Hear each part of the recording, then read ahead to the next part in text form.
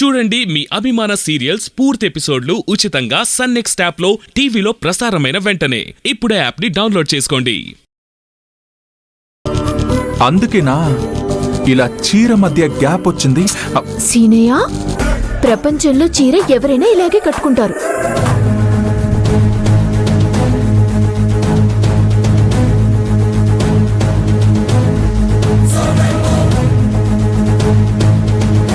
Baby చెప్పింది నిజమే.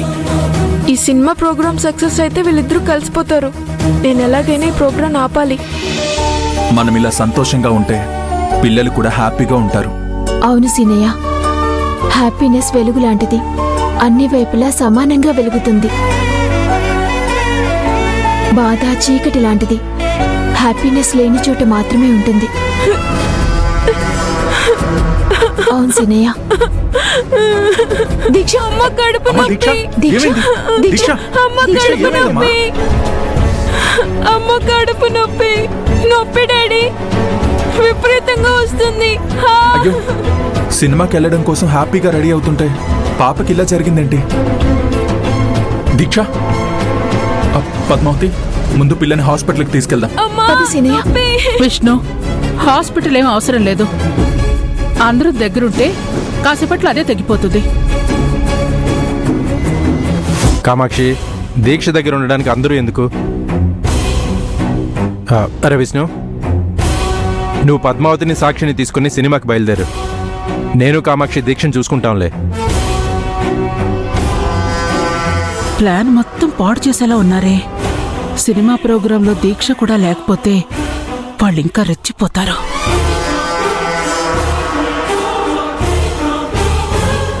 Daddy, నొప్పిగా ఉంది. బాగా నొప్పిగా ఉంది డాడీ. అమ్మ దీక్ష, ఏం కాదమ్మా, కంగారు పడకు. అమ్మ కడుపు నొప్పి. కడుపు నొప్పి. ఏమైంది దీక్ష? ఉన్నట్టుండి కడుపు నొప్పి అంటుందమ్మా. నొప్పి, అమ్మ నొప్పి. నొప్పితో మెలికలు తిరిగిపోతుంది. ఎంత కష్టం వచ్చిందమ్మా నీకు? దీక్షకిలా ఉంటే నాకు బాధగా ఉంది. మావయ్య, మూవీ ప్రోగ్రామ్ మేము వేరే రోజు పెట్టుకుంటాం. దీక్షకి ఇలా ఉంటే నేను ప్రశాంతంగా ఉండలేను.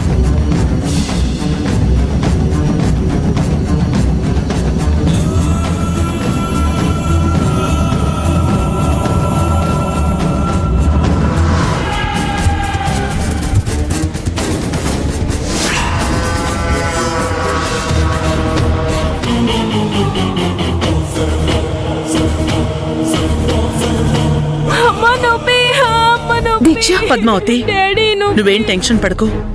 కడుపు నొప్పి అమ్మా. దీని కడుపు నొప్పి తగ్గడానికి నా దగ్గర మంచి చిట్కా ఉంది.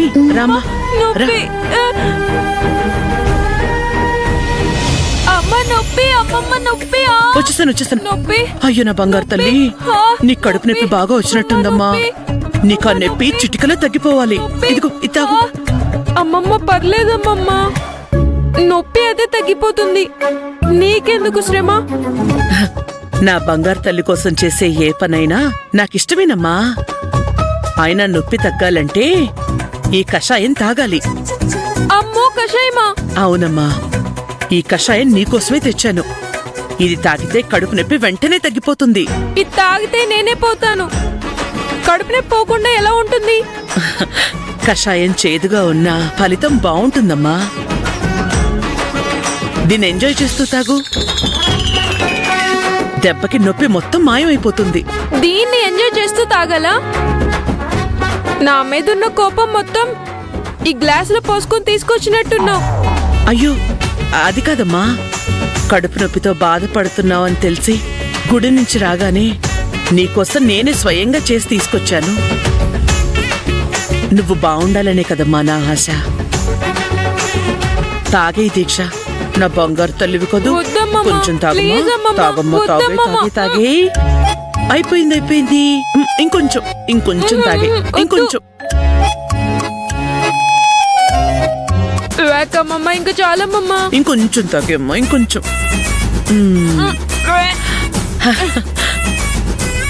అమ్మమ్మ, నీకు ఇలాంటి ఐడియాలు ఎలా వస్తాయి? అయినా జ్వరం వస్తే కషాయం పడతారు, కడుపు నొప్పికి పట్టరు. అవునా? ఈ విషయం నువ్వు తాకముందు చెప్పాలమ్మా. పోన్లే, తాగేసావుగా, ఏం కాదులే. నన్ను రబ్బరు బంతో ఆడుకున్నట్టు ఆడుకుంటున్నారు. ఈ కషాయం దానికి బోనస్. ఒక్క కడుపు నొప్పి అబద్ధానికి ఇన్ని శిక్షలా? నీతో కట్టేఫామమ్మా. దీక్షకి ఎలా ఉందాంటీ?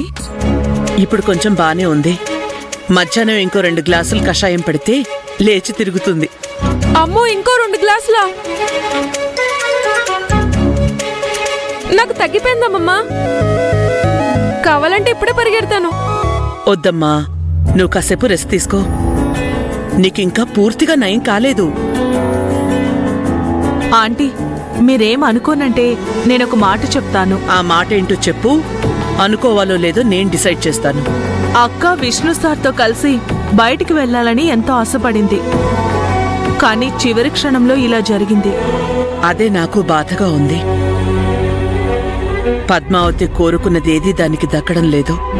ఇదంతా చూస్తుంటే పూజారి గారి మాటలు నిజమేనేమో అనిపిస్తుందాంటీ. మీరు స్వయంభు శివలింగాల దర్శనం చేసుకుంటే తప్ప అక్క జీవితంలో సుఖ సంతోషాలు ఉండవని నా అభిప్రాయం. నువ్వన్నది కూడా నిజమే. పూజారి గారు మంచి ఉద్దేశంతోనే ఈ సలహా ఇచ్చారు. నేను ఆ దైవ దర్శనం చేసుకుంటేనే నా కూతురి కష్టాలన్నీ తీరిపోతాయి. నేను చెప్పానని కాకుండా మీరు పూర్తిగా ఆలోచించి నిర్ణయం తీసుకోండి. ఇది నువ్వు ఆల్రెడీ నాకు గుర్తు చేసిన విషయమే మయూరి. పూజారి గారు చెప్పిన మాటల్ని, దీక్ష గురించి ఆలోచిస్తూ మర్చిపోయాను. సమయానికి గుర్తు చేసి మంచి పని చేశావు. పద్మావతి జీవితంలో సంతోషం తొంగి చూసే లోపు కన్నీళ్లు, కష్టాలు చుట్టుముట్టేస్తున్నాయి. స్వయంభు శివలింగాలకు చాలా శక్తి ఉంటుందాంటీ. వాటిని దర్శిస్తే సాక్షాత్తు ఆ శివపార్వతుల్ని దర్శించిన పుణ్యం దక్కుతుంది. ఆ పుణ్యం నా బిడ్డకే దక్కాలి. పద్మావతి సుఖంగా ఉండడం కోసం నేను ఏదైనా చేస్తాను. పూజారి గారు చెప్పినట్టు చేస్తే లైఫ్ లో ఉన్న బాధలన్నీ తొలగిపోతాయనిపిస్తుంది. నేనిప్పుడే తీర్థయాత్రలకి బయలుదేరుతాను.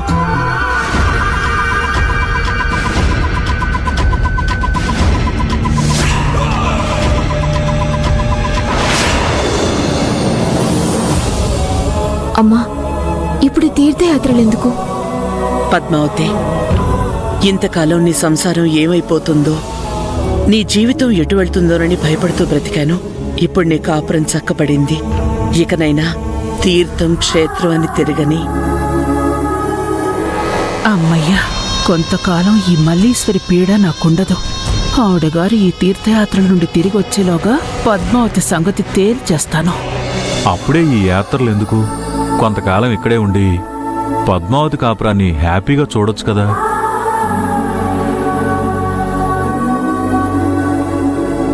అవును మల్లీశ్వరి, ఇప్పుడు అర్జెంటుగా ఊర్లు పట్టుకొని తిరగాల? కొంతకాలం హ్యాపీగా ఇక్కడే ఉందాం. ఆ తర్వాత అందరం కలిసి గుడులు, గోపురాలు అవి తిరుగుదాం. నేనెక్కడికి రాను. నాకు ఈ ఇల్లే గుడి, నా దీక్షే దేవత. నువ్వు ఎక్కడికి రావద్దులే అక్క. నువ్వు వస్తే దేవుళ్ళు కూడా భయపడతారు. బావా, నేను వెళ్ళి డ్రైవర్ని రెడీగా ఉండమని చెప్తాను. వెళ్ళరా.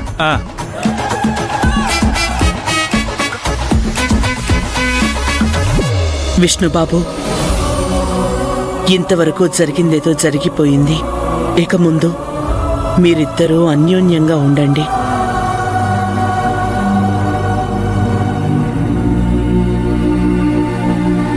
పిల్లలు పెద్దవాళ్ళవుతున్నారు.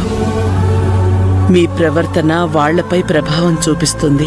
అత్తయ్య, ఇక ముందు మా మధ్య ఏ డిఫరెన్సెస్ రావు. పద్మావతి అంటే ఏంటో నాకు పూర్తిగా తెలిసింది.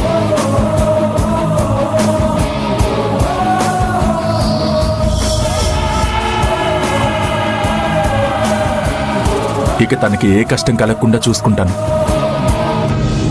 హ్యాపీగా వెళ్ళరండి.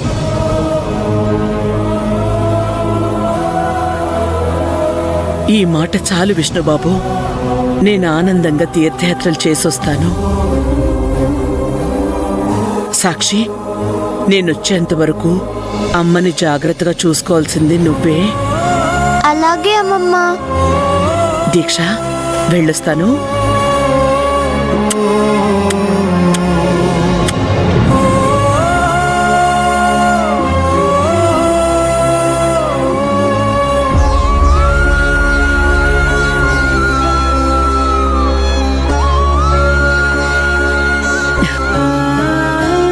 అమ్మని బాగా చూసుకో తల్లి.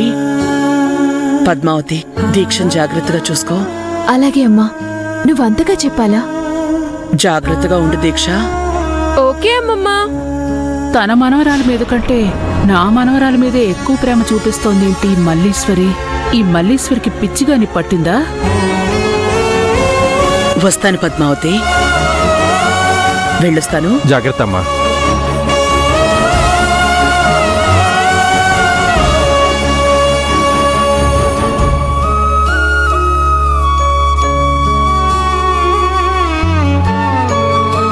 ఈవిడిగారు లేకపోతే కామాక్షి పద్మావతిని ఏం చేస్తుందో అని ఈవిడిగారు భయపడుతున్నట్టుంది. వెళ్ళి ధైర్యం చెప్దాం.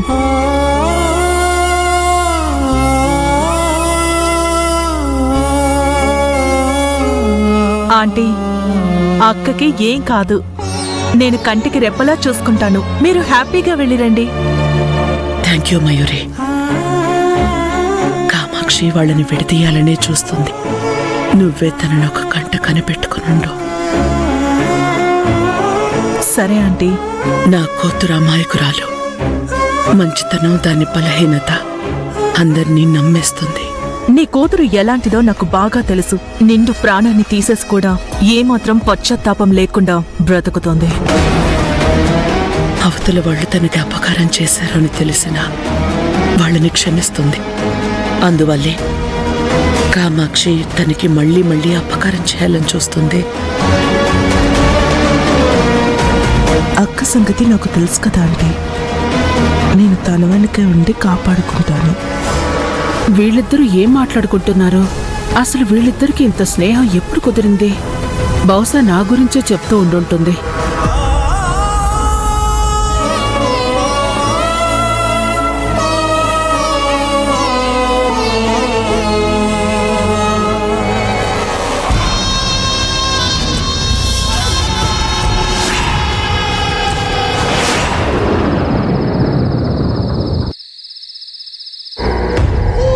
పద్మావతికి సపోర్ట్ గా ఉండే వాళ్ళల్లో సాక్షి, మల్లీశ్వరి ముఖ్యమైన వాళ్ళు. నేను నా తెలివితో మల్లీశ్వరి అడ్డు తొలగించాను. కూతురికి తల్లి అండ లేకుండా చేశాను. ఇక ఈ తల్లికి సాక్షి అండ లేకుండా చెయ్యాలి. అప్పుడు పద్మావతి పూర్తిగా ఒంటరవుతుంది. ఇప్పుడు విష్ణు కూడా పద్మావతికే హెల్ప్ చేస్తున్నాడు. ఒకవేళ విష్ణు పద్మావతిపై ప్రేమతో బిజినెస్ లో ఇన్వాల్వ్ అయితే అప్పుడు నా ప్లాన్స్ అన్ని ప్రాబ్లమ్స్ లో పడతాయి. వీలేదు. విష్ణు నా శత్రువుకి సాయం చేయకూడదు. అతనికి బిజినెస్ పై ఇంట్రెస్ట్ కలిగి పద్మావతి కోసం వ్యాపారంలోకి తిరిగి ఎంటర్ అయితే నేను ఇద్దరిని ఎదుర్కోవాల్సి వస్తుంది. వాళ్ళిద్దరూ బిజినెస్ చేయడంలో ఎంతో అనుభవం కలిగిన వాళ్ళు. ఒకరు తప్పుల్ని మరొకరు కరెక్ట్ చేసుకుంటూ నా తప్పుల్ని బయటకు తీస్తారు. సో విష్ణు పద్మావతికి సాయం చేయకుండా ఆపాలి. మయూరి, ఏంటి ఈ టైంలో ఏం ఆలోచిస్తున్నావు? నా ఆలోచనలన్నీ నీ గురించే అక్క. నువ్వు హ్యాపీగా ఉండడం కోసం నేను ఏం చేయగలనా అని ఆలోచిస్తున్నాను. నా భర్త నన్ను అర్థం చేసుకునేలా సాక్షి చేసింది. ఇంకా నాకు ప్రాబ్లమ్స్ లేవు. నేను హ్యాపీగానే ఉన్నాను. అక్క, ఫ్యామిలీ ప్రాబ్లమ్స్ అన్నీ తీరిపోయాయి అంటున్నావు. అది కరెక్టే. కానీ బిజినెస్ ని నువ్వు కొంతకాలం పట్టించుకోలేదు కదా. కాబట్టి నీకు బిజినెస్ ప్రాబ్లమ్స్ వస్తాయేమోనని భయంగా ఉంది. వాటన్నింటినీ నేను తేలిగ్గానే సాల్వ్ చేస్తాను. నువ్వేం టెన్షన్ పడకు. అక్క, నాదొక ఐడియా. విష్ణు సార్కి నీ మీద నా అపోహలు పోయాయి కాబట్టి విష్ణు సార్ బిజినెస్ లో నీకు హెల్ప్ చేస్తే బాగుంటుందని అనుకుంటున్నాను. కొన్ని ఆలోచనలు ఎప్పుడు బాగుంటాయి. నాకు ఇదే ఆలోచన పవిత్ర చనిపోయిన కొత్తలా వచ్చింది. అప్పుడు సీనియర్ రియాక్షన్ వేరేలా ఉంది. ఏం జరిగిందక్క?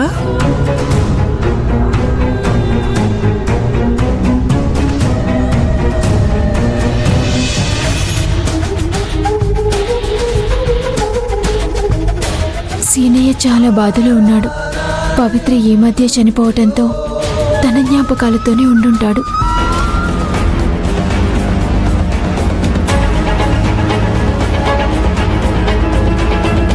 సీనయ్య,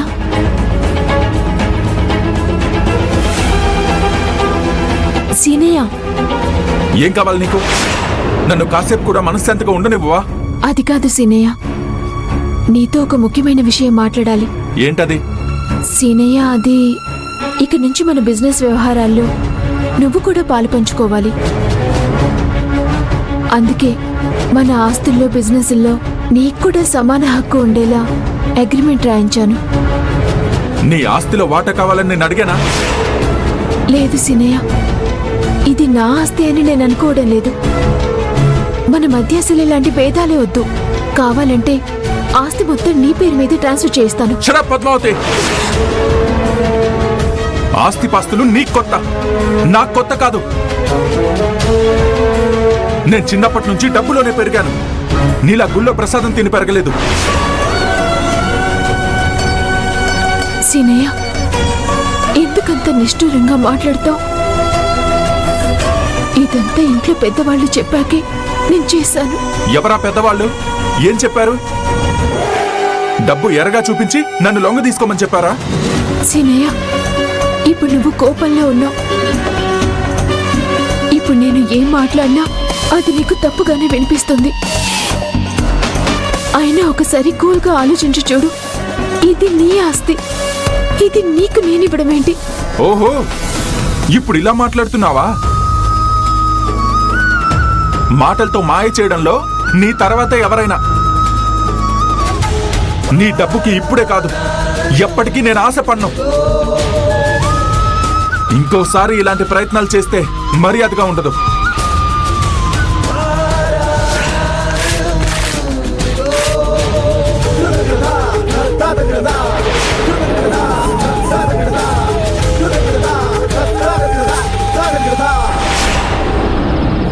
మయూరి, ఆ రోజు నేను ప్రీవియస్ బాధ్యతలు తీసుకోమని సీనయ్యకి చెప్పాను.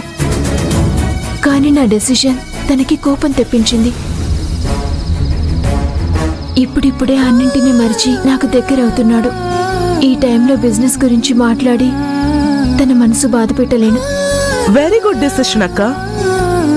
బిజినెస్ ప్రాబ్లమ్స్ ఎలాగైనా సాల్వ్ చేసుకోవచ్చు, కానీ ఫ్యామిలీ ప్రాబ్లమ్స్ సాల్వ్ చేయడం చాలా కష్టం. నా చిట్టి తల్లి సాక్షి మాత్రం తేలిగ్గా ఆ పని చేసేసింది. నా ప్లాన్ రూపురేఖల్ని ఆ చిన్న పిల్ల మార్చింది. అందుకే ఆ సాక్షిపై నాకు చాలా కోపం వస్తుంది. సీనయ్య ఒకవేళ తనకి తానుగా బిజినెస్ లో ఇన్వాల్వ్ అయితే అప్పుడు నాకు ఇంకా ఎలాంటి ప్రాబ్లమ్స్ ఉండవు. అలాంటి రోజు వస్తే నేనే మీ ఇద్దరికి స్వీట్స్ తినిపిస్తానక్క. ఆ రోజు వచ్చే వరకు నేను సీనయ్యని బిజినెస్ గురించి అడిగి ఇబ్బంది పెట్టను. ఓకే అక్క.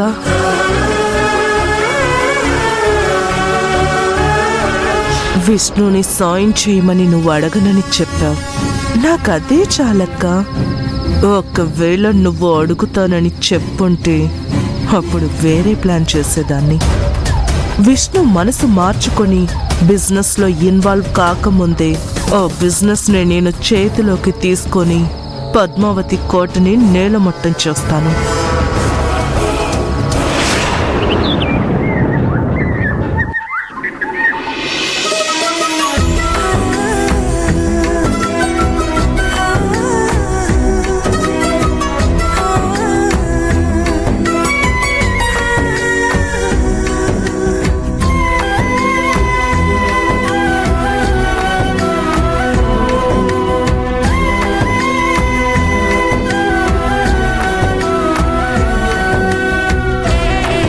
తల్లి, మళ్ళీ నా భర్త నన్ను అర్థం చేసుకునేలా చేశావు.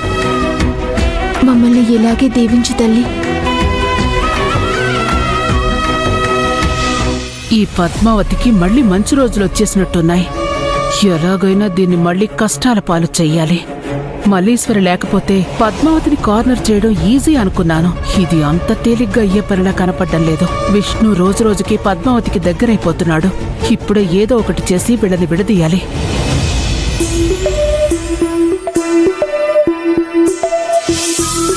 సీనయ్య,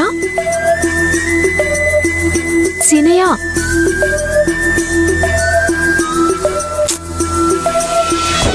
సీనయ్య సీనయ్య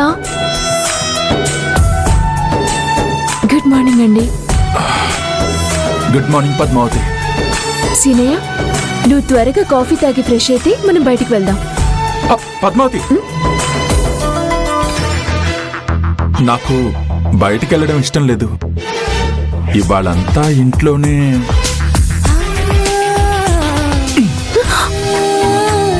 నీతోనే.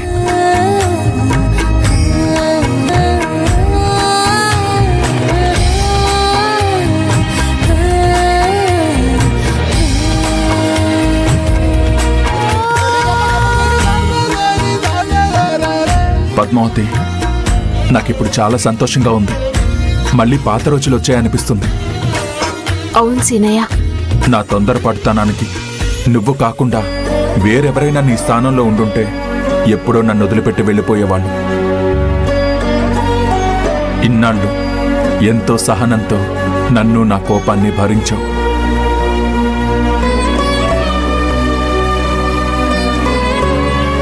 సీనయ్య అంత మాటనకు. ఇందులో నా గొప్పతనం ఏమీ లేదు. నువ్వు నన్ను ఎంతగా ప్రేమిస్తున్నావో నాకు తెలుసు.